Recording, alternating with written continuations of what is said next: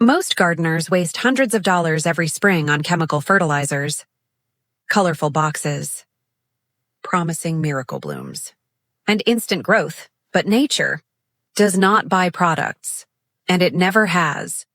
In 1881, Charles Darwin published his final and perhaps most controversial scientific work, a study that most people today have never even heard of, proving that a single silent creature living beneath your feet is already doing all of this work for you, completely for free.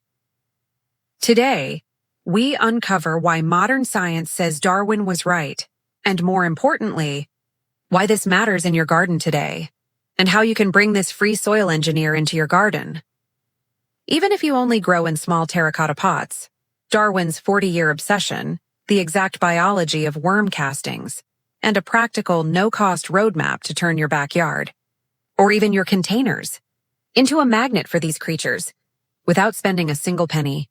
If this is your first time here, subscribe now and hit the bell. Every week we go this deep on the methods that actually change how your garden grows. Near the end of his life, after changing how we look at the entire human race, Charles Darwin turned his attention back to his own garden at Down House, a quiet shift, but a very important one. For 40 years. He watched the earthworms, not casually, but obsessively.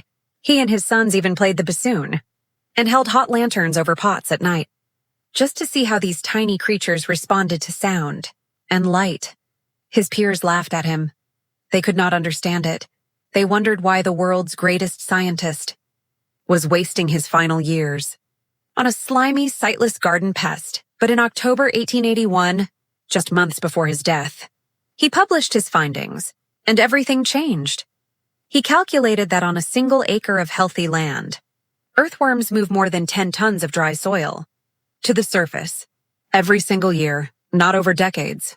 Every year, Darwin wrote that long before man existed, the plow already existed, and it was the earthworm that turned the crust of the earth, transforming cold, dead rock into a living, breathable vegetable mold.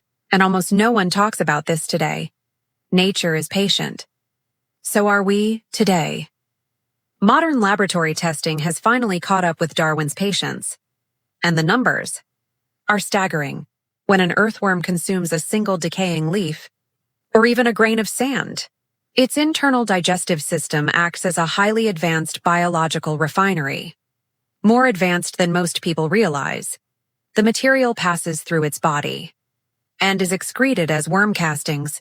But these are not just waste, they are something far more powerful. Studies confirm these castings can contain up to 5 times more plant-available nitrogen, 7 times more available phosphorus, and 11 times more potassium than the surrounding soil. Not slightly more, dramatically more. But the magic does not stop at nutrients. That is only part of the story. Worm castings also possess a natural pH buffering effect, gently moving overly acidic or overly alkaline soil toward a perfect balanced state. Furthermore, as these engineers tunnel through your garden, they create microscopic highways beneath the surface, invisible, but incredibly important. These channels allow plant roots to grow deeper, without resistance. They also increase soil oxygen retention by up to 30%, and that changes everything about how roots behave. It is a self-cleaning, self-fertilizing, completely automated system, working quietly beneath your feet.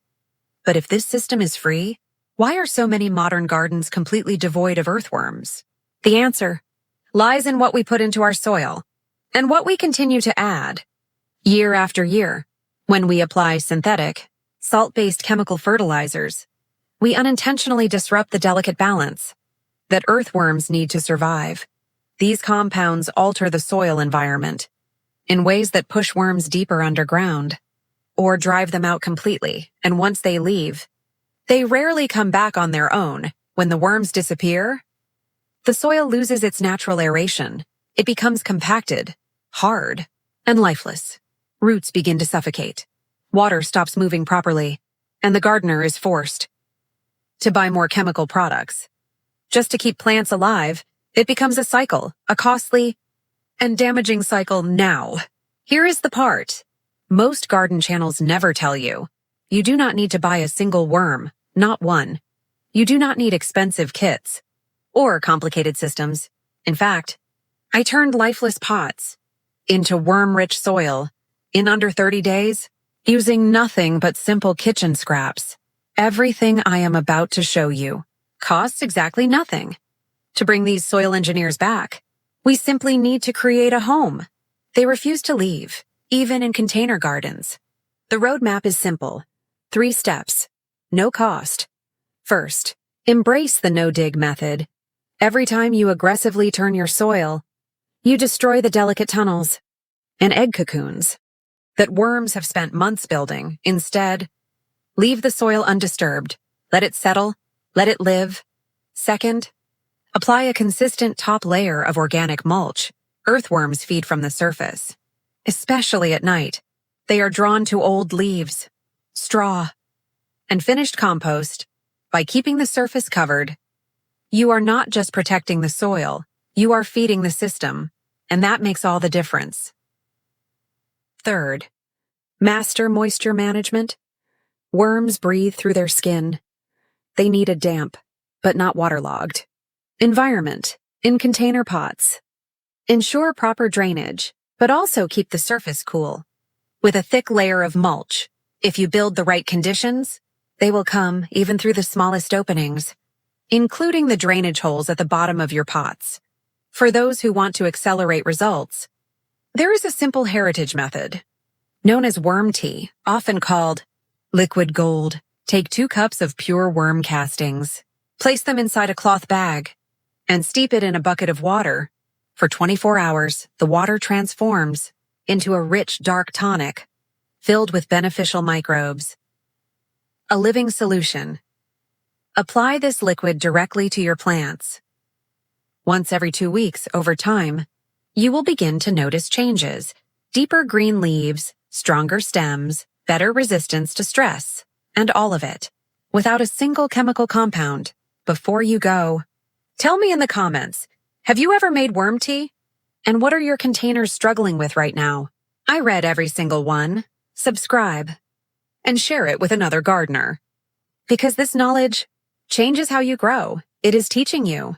And once you begin to see your soil differently, you will realize the answers were never in a bag. They were already alive. Just beneath your feet, in the next file, we uncover the exact companion planting system that works hand in hand.